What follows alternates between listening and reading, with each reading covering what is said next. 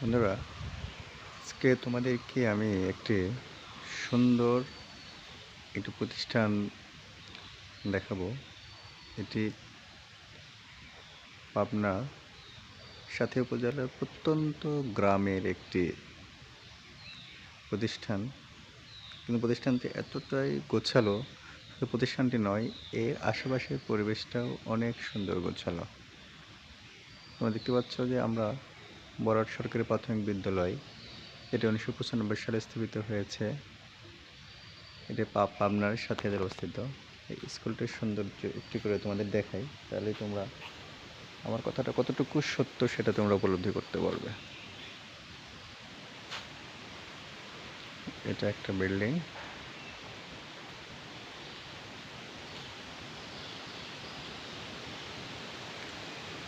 দেখো, এই স্কুলটার পাশে আরেকটি দোতলা বিল্ডিং রয়েছে। এ ধরনের একাধিক ভবন কিন্তু প্রাইমারি স্কুলে খুব কম দেখা যায়। দেখো, স্কুলের বিল্ডিংগুলোর সামনে কত সুন্দর বড় বড় মেহগনি গাছ। স্কুলের মাঠটা ছোট।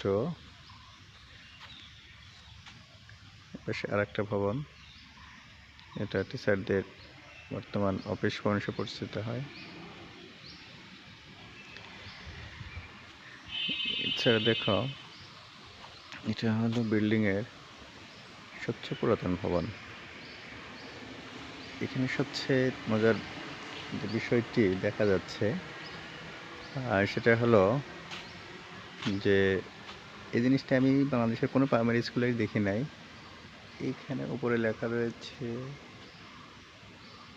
তোমাদের একটু বড় করে দেখায় তাহলে বুঝতে হলো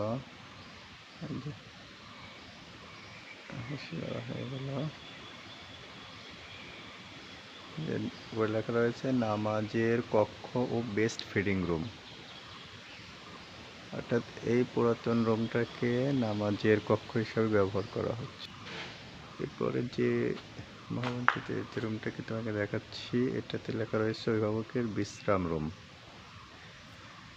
সত্যি প্রত্যন্ত গ্রাম অঞ্চলে একটা প্রতিষ্ঠানে এভাবে প্রাইমারি স্কুলে অভিভাবকদের জন্য বিশ্রাম রুম, নামাজের কক্ষ থাকবে, এটা কিন্তু ভাবাই যায় না। এছাড়া আরও যে বিষয়গুলো রয়েছে, দেখো এই পার্শ্ববর্তীতে বাচ্চারা যেন এসে খেলাধুলা বা বিনোদন করতে পারে, তার জন্য তাদের কিছু রাইডস রয়েছে। এখানে দোলনা রয়েছে, স্লাইড। বাচ্চারা যে খেলাধুলা পছন্দ করে থাকে। এছাড়া এই প্রতিষ্ঠানে রয়েছে দেখো সুন্দর একটি শহীদ মিনার।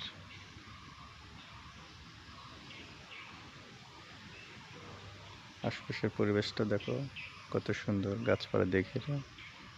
এখানে রয়েছে মেয়েদের জন্য আলাদা ওয়াশরুম, পাশে রয়েছে ছেলেদের জন্য আলাদা ওয়াশরুম। এটা মূলত টিচারদের অফিস কক্ষ। অফিস কত সুন্দর গোছালো সাজানো, গাছে ভরপুর, অনেক নির্মল একটি পরিবেশ। স্কুলটার পাশে দেখেন সুন্দর একটি মসজিদ। এই স্কুলের পাশে দেখেন রয়েছে একটি বাড়ি, বাগান বাড়ির মতো গোছানো।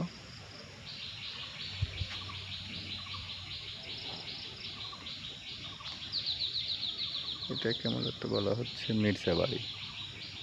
এই মির্জা বাড়ির তত্ত্বাবধানেই মূলত আপনার এই শিক্ষা প্রতিষ্ঠান গড়ে উঠেছে। অনেকটা পার্কের মতো পরিবেশ।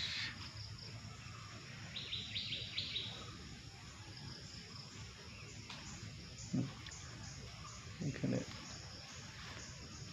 মসজিদটি 1995 সালে প্রতিষ্ঠিত। মসজিদটির নাম বলা হচ্ছে মির্জা বাড়ি জামে মসজিদ। এটা প্রাইমারি স্কুল থেকে ব্যাপার। এখানে টিউবওয়েল রয়েছে।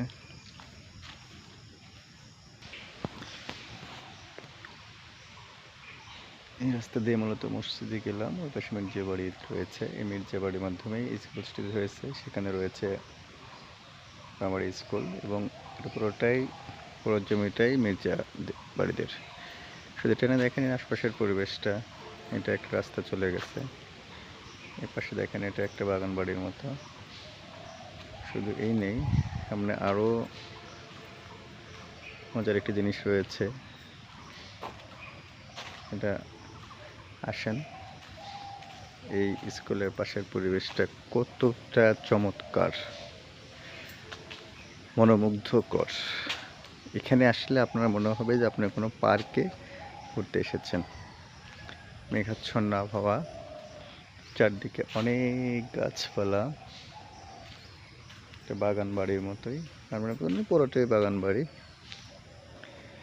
এই জন্য একটু অন্ধকার ভাব।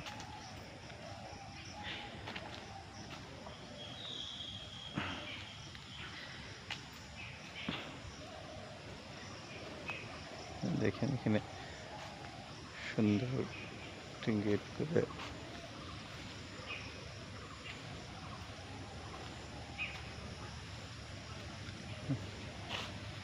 এটা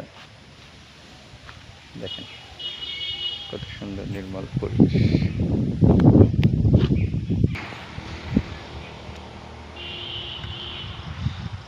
এটা হলো মূলত মির্জাবাড়ি মূল গেট, যে মির্জাবাড়ির মাধ্যমে এখানে গড়ে উঠেছে। সবচেয়ে একটি যে আমার কাছে সবচেয়েতে নিজেকে বিমোহিত করেছে, এত সুন্দর একটি সাজানো গোছানো পরিবেশ, সেখানে একটা প্রতিষ্ঠান রয়েছে। পাশাপাশি দেখেন এই গ্রাম অঞ্চলের মানুষদের জন্য মির্জাবাড়ি তত্ত্বাবধানে এইখানে একটি ব্যক্তিগত উদ্যোগে, সম্পূর্ণ ব্যক্তিগত উদ্যোগে একটি ডাক্তারখানা তৈরি করা হয়েছে।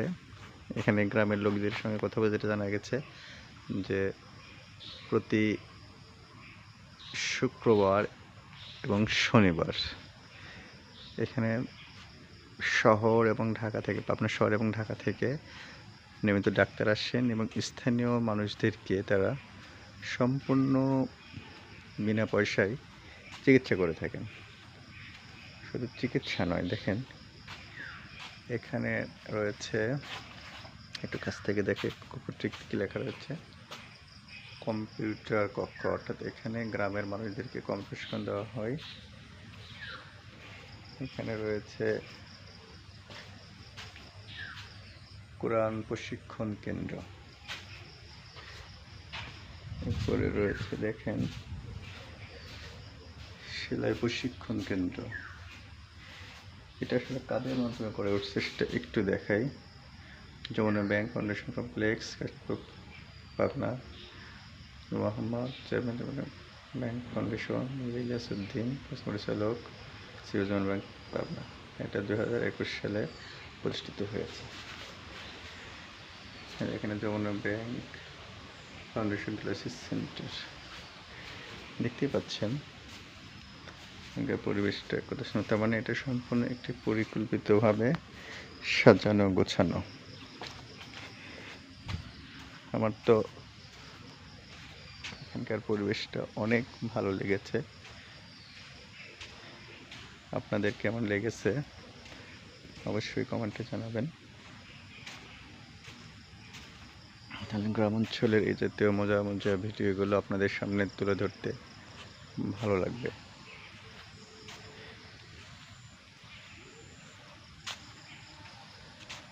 তো বন্ধুরা, আজকে তাহলে এ পর্যন্তই। সামনে আবার নতুন কোনো ভিডিও, নতুন কোনো প্রতিষ্ঠানের তথ্য নিয়ে, নতুন কোনো পরিবেশ নিয়ে আপনাদের সামনে আবার হাজির হব।